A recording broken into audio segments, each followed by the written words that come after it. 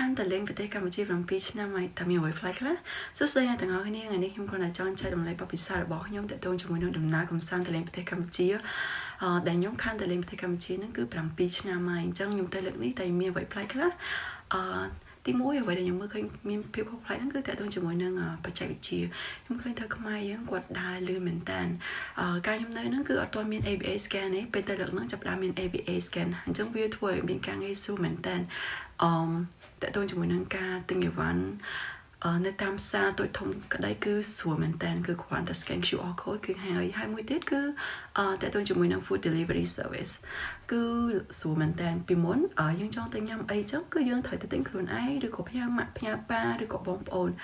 rồi còn mặt pẹp bên taiแล้วcứ sủa khoản này nè ở cái mình ép nước trong đấy nè ở cái ai cũng mong nhâm ấy mà base mà nãy của bạn này cứ nghĩ số khả năng mong hayចំណុចធំទី2គឺតកតងជាមួយនឹងការអភិវឌ្ឍទីក្រុងការខ្ញុំទៅហ្នឹងគឺគេចាប់ដើមមានconstruction ថ្មីទៀតគឺនៅកោះនរា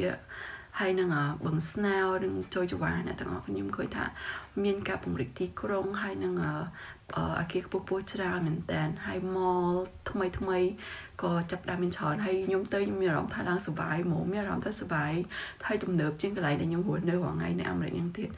ហើយចំណុចទី3គឺតកតងជាមួយនឹងឡានអគ្គិសនីអ្នកទាំងអស់គ្នាការខ្ញុំនៅខ្មែរវាច្រើនខ្មែរយើងគាត់និយមឡានជប៉ុនឡានអីចឹងដែរទាំងអស់គ្នាហើយកាលហ្នឹងក៏វាអត់ទាន់មាន EV ដែរតែឥឡូវលើកនេះខ្ញុំទៅគឺចាប់ដើមមាន EV ច្រើនមែនតើមានឡានអគ្គិសនីច្រើនខ្លាំងហើយមិនត្រឹមតែប៉ុណ្្នឹងឯងខ្មែរយើងគូបើកចិត្តទៅលេហ្មងមិនត្រឹមតែយក EV មកជិះពីអាមេរិកណាអ្នកនរយក EV ពីចិនទៀតពួកអីអ្នកនរដឹងហើយចិននៅពេលដែលនិយាយពាក្យរបស់មកពីចិនគឺរបៀបយើងគិតដល់របស់អីដែលវា cheap របៀបថារបស់ធូរថ្លៃហើយអត់សូវមានគុណភាពប៉ុន្តែអញ្ចឹងเราតែដឹងថាចិនឥឡូវមិនដូចចិនពីមុនទេណាគឺគេមានការអភិវឌ្ឍច្រើនអញ្ចឹងបានន័យថាខ្មែរយើងគឺគាត់មើលឃើញកន្លែងហ្នឹងដែរហើយនិយាយទៅឡាន EV ពីចិនមកគឺវាមានតម្លៃធូរថ្លៃជាងឡានពីអាមេរិកច្រើនគឺដោយសារតែតកតងជាមួយនឹងប៉ុនអីចឹងណាប៉ុននាំចូល